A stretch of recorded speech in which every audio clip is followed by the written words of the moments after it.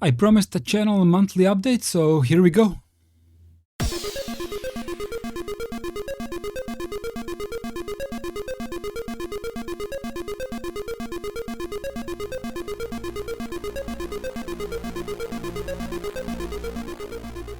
Welcome to another episode of yours truly, right?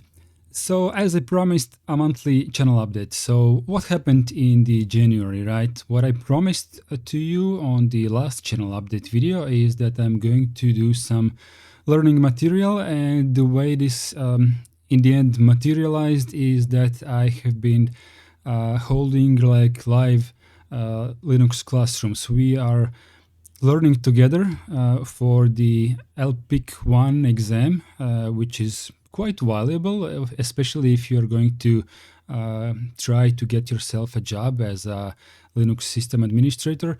But also not just for finding a new job, but also for learning Linux deeper, how it works under the hood, and how you're going to, well, use it. I mean, as a power user, right? Not just as a person who wants to use the most easiest Linux distribution that exists, but also to understand what's going on under this hood, right?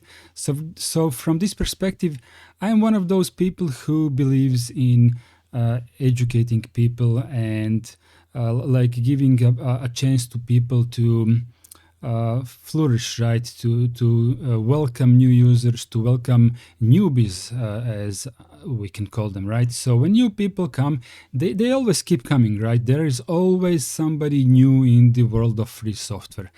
So the best way to approach all of them is definitely not by gatekeeping. No elitist gatekeeping, like we use Arch, by the way, and we are the kings of this castle, and you get the hell out of here because I don't know. I get this vibe from some of the people, not too many, mind you. The majority of the free software community is really actually good. Most of them are good people who are quite most welcoming, but sometimes slightly louder voice are like is being assigned to people who are a little bit, I wouldn't say malicious, but they are of this sort of gatekeeping mentality, right? So sometimes this can put off some new users who only want to I don't know, ask for help on how to install Steam, right? So for some people even that is quite difficult because they're coming from this other environment, right? And this is very strange for them. And of course, I have always been a proponent of speaking out that Linux is not an alternative to anything, especially into Windows. Linux is its own thing. It's a completely different kernel, completely different Lego set, if we can call it that, right? So when you become a power user, you definitely want to understand how the init system works, how the various packaging systems work. Why do you want a different distribution other than the one that was recommended to you months ago? And for this, you might want to check out the video that I did yesterday about which distribution may be the best one for you. I think that one is quite good. I did try the best I could, and all things considered, the whole of the past month has mostly been investing myself more into helping myself primarily, but also all the other people who are interested in learning Linux deeper together with me, right? So every Sunday, including tomorrow, we are doing a live session and going through the material, official actually material from Linux Professional Institute. It is really good. It goes into a lot of details. I share during this live class with whoever is in the chat all of my I wouldn't say notes, but remarks, right? Regarding the official material, I invest some of my own experience and knowledge and combine it into a proper explanation. There are some guys on my class who are, I believe, better than I am in terms of the amount of quality knowledge about Linux intricacies. But also there are some guys who are a lot lower in knowledge than I am. So all of us together are forming quite a good little ball, right? The cohesive one, and we help each other, and we together we search for answers, and together we give our opinions of what the correct answer to a certain question in the official materials should be. And all around it's really really interactive and very very fun. I absolutely love it. I actually can't wait to to see the next Sunday come, so I can go live and talk to all these people who who keep showing up, right? One of the other things that I have been doing for the past month, maybe a little bit more, is checking out BSD distributions. So at first I started with FreeBSD because I thought that this one is the most capable one to show up as a desktop distribution, because that's the most attractive thing to show to people. NetBSD, subjectively, I think the least one interesting from the desktop perspective, and OpenBSD somewhere in between. However, I have now switched to OpenBSD, and what I have learned so far is that OpenBSD actually supports a lot more hardware than FreeBSD does, which is quite surprising to me, because I was convinced that it was the other way around when I started with FreeBSD. For example, wireless. OpenBSD supports pretty much all of the standard wireless cards out there, including the latest Wi-Fi 6 cards from Intel. So you can go ahead and buy the latest laptop, and your Wi-Fi will most certainly work, because the cards are supported with, like AX200, 201, these cards, right? If you have a newer laptop, right? Usually it's those chips inside. This BSD, OpenBSD, it's more focused on out of the box security. So the way they approach things is that they program it in let's say simpler way, so that there is much less possibilities of a human mistake into making a security hole, right? They even brag about it, how they only had like one security hole in many years, and you can check it out on their website for more details. But what they do is they make kind of a simpler code, more how do I put it, more I wanted to say old school, but that's not the correct term in English. But never mind. What the thing is about OpenBSD, it's not the fastest one out there, right? So from one perspective, if you are after pure speed or something like that, then OpenBSD might not be too good of a solution for you. And I'm not saying it's slow, it's just slower than others. So from that perspective, FreeBSD is definitely a better choice. But in order to gain some more knowledge, if you're knowledge hungry like I am, I think it's very worthy to try both of them and see the differences between them, right? If you're building a NAS storage, network attached storage, then you will probably go with FreeBSD in that case, or with Linux, right?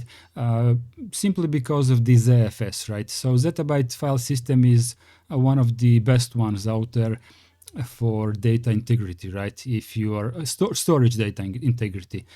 So if you're doing a storage system, you are most likely to go with that file system rather than with something else. And this is something that OpenBSD does not support. So that operating system might not be ideal for network storage. But then again, it has such a great firewall functionality and all around the networking capabilities that it is absolutely perfect for a firewall functionality, right? And from that perspective, you might consider putting OpenBSD as your server that is exposed directly to the internet, and leave the rest of your network from the inside of OpenBSD, right? So it's most suited for this job, while FreeBSD and Linux, right, should be somewhere on the back of the OpenBSD. That is, if you care about like out of the box security. And you know where I'm going with this. I don't want to stretch this video too much. I just wanted to touch a little bit on the topics that I have been doing for the past month. Also, I did a pretty good review, in my honest personal opinion, of Open Mandriva, a distribution which does not hate you, which is somewhat rare in the recent years in the world of Linux, but it is what it is, right? If you want to check out that video of mine, I would you know like you to click it. I will link it down below this video. One other thing that I did is I started uploading to all of the various platforms, right? I have been on PeerTube from, I wouldn't say day one, but pretty far into the past of this channel. It's been only around for a year, so it's not an old channel, but closer to the beginning, I have started uploading to PeerTube because I wanted to, let's say, own my videos, right? So nobody can take them down. Nobody can tell me what can I or can I not upload. It is my server, right? So it is also linked down below. Currently, the domain name is tuxedu, like education. Also, I have been starting to upload to Odyssey. I started that after PeerTube, but there were some people who asked me about uploading to Odyssey, and I was very much torn between whether I not like this platform, but through time I learned the benefits of that platform, and I started to commit myself to it, and I started uploading and advertising it.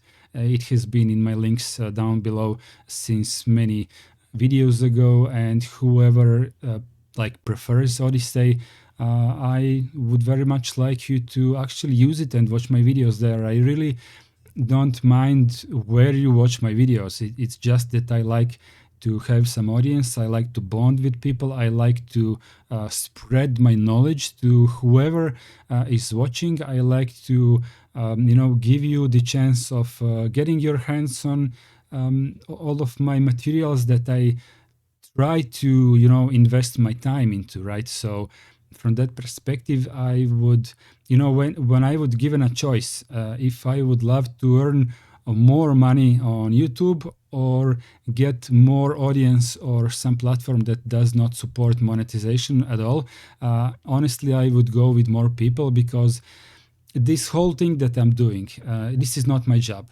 I have a pardon me, I have a day job. I have a normal day job, which pays my bills. I go there 8 to 4 p.m. and I do my thing. I invest my, how would I put it? I invest my knowledge and experience into this company, right? I get some value out of it. The company gets some value out of me. I get some money back in the return. And this is how regular jobs spin around, right? So what this whole channel is to me is a chance for me to learn about free software, about Linux and BSDs and servers and desktops, and all of that encompasses the free software community. To learn as much as I can. I started to learn programming. I am now learning C language. I already have a teacher who is teaching me. It's actually one of the people who is watching my content. So it's a great. I wanted to say ecosystem. It sounds a little bit dumb to say it like that, but it's kind of fun, right? People sharing knowledge with each other, and that's great. I think that's really great, and all of this has been, I think, my absolute favorite hobby in my entire life. I honestly believe so, and I will continue investing more into it. I have also started uploading my videos to a fourth platform. It is called Rumble. I have been getting like 0 views almost at that platform, but it doesn't matter. At some point, people will realize that I have videos there, and some of you, well, not some of you who are watching this, because obviously you're not watching this on Rumble, but some of you guys will maybe prefer this platform, and you may be satisfied with the way I'm handling all of this and investing more time into uploading to all of these different places, so that you can have the freedom of choice, right? Where you want to watch this, if you appreciate it, of course. And at the end, we're coming to the tickly topic, because all of this time that I invest, I would never expect people to actually feel that it's so worth it to them that they are willing to support me with money. But hey, this has been happening. I have seen people subscribe to me, join to my YouTube channel. I have seen people support me on Coffee, and people literally subscribe to my stuff with money by saying thank you. And I'm super stoked and grateful how these people value my content, because in the beginning I thought that my content is not that high up there, to be honest. But as time went by, I freed myself from the shackles of not being able to speak. Because if you do look through my first videos, right, go ahead and sort the videos on this channel upside down and watch a couple of my first ones. You will see how slow I was talking, how long it took me to generate sentences in English. I'm not usually that slow of a speaker. It's just that the way brain works, right? My brain works in a completely different language, and English is like a foreign language to me. So in the beginning, it took some time to process all of the sentences the way I want them to sound, and how they're supposed to be translated to English. All that shit. It took a while for me to relax and start, let's say, to think in English. And I'm not really up there yet, but if you do look at some of those videos, you will see how much faster I am today. And this is actually the normal way that I speak. It's just that the constraint of using a foreign language, with which I haven't had enough daily practice, it took a while to do, right? So from that perspective, I can understand that people see a little bit more value in my content. And speaking of value, I have started, I wouldn't say move, because I will leave Coffee links perfectly active as they are, but I have actually opened a Patreon page, purely because I noticed that people kind of tend to centralize for whatever reason, and a lot of these content creators simply go where people are, and people seem to be on Patreon. So if you do value my content and you didn't want to go to Coffee website, now you can go to my Patreon website. It is also linked below, and I will be most grateful for any penny that you can spare on me, because all this is motivation for me, right?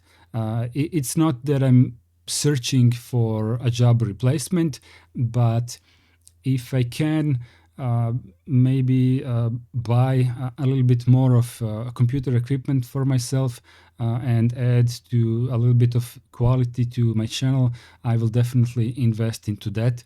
I have already told you before that I wanted a new laptop, so I can have one production laptop and one for testing new distributions, because I don't want to test software or distributions for you guys in a virtual machine. And I'm not pointing fingers.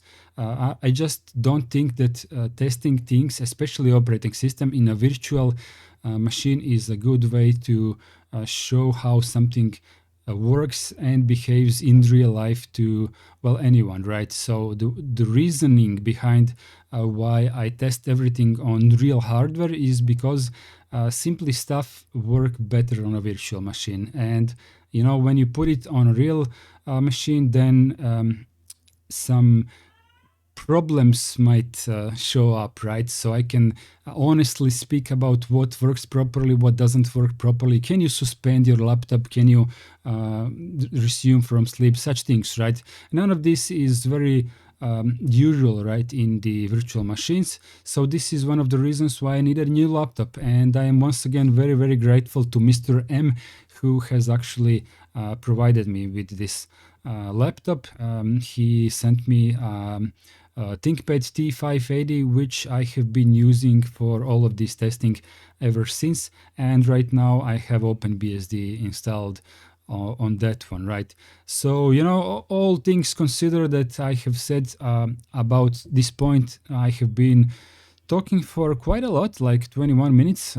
Good stuff for me. That's quite a record without cutting any of the video and without umming too much. This is I guess this could be a record for me. Yeah, anyways, support me on Patreon, please. And I'm already very thankful for all of these guys, which will appear here any minute now. And I'm going to see you all tomorrow on the live stream. We are doing a fourth session now. We will be doing something new, not that hard.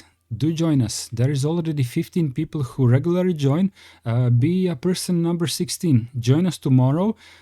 You will already see on my channel that the live stream has been announced. If you're in a different time zone than I am, the video will tell you which time it is, the live stream in your time zone. So click the notification for that video to remind you when it's up and live. So you can join and see how things are going with us, right? And I think it will be great once again. And yeah, I guess we are done with this video. I'm going to see you in the next one. Have a nice day.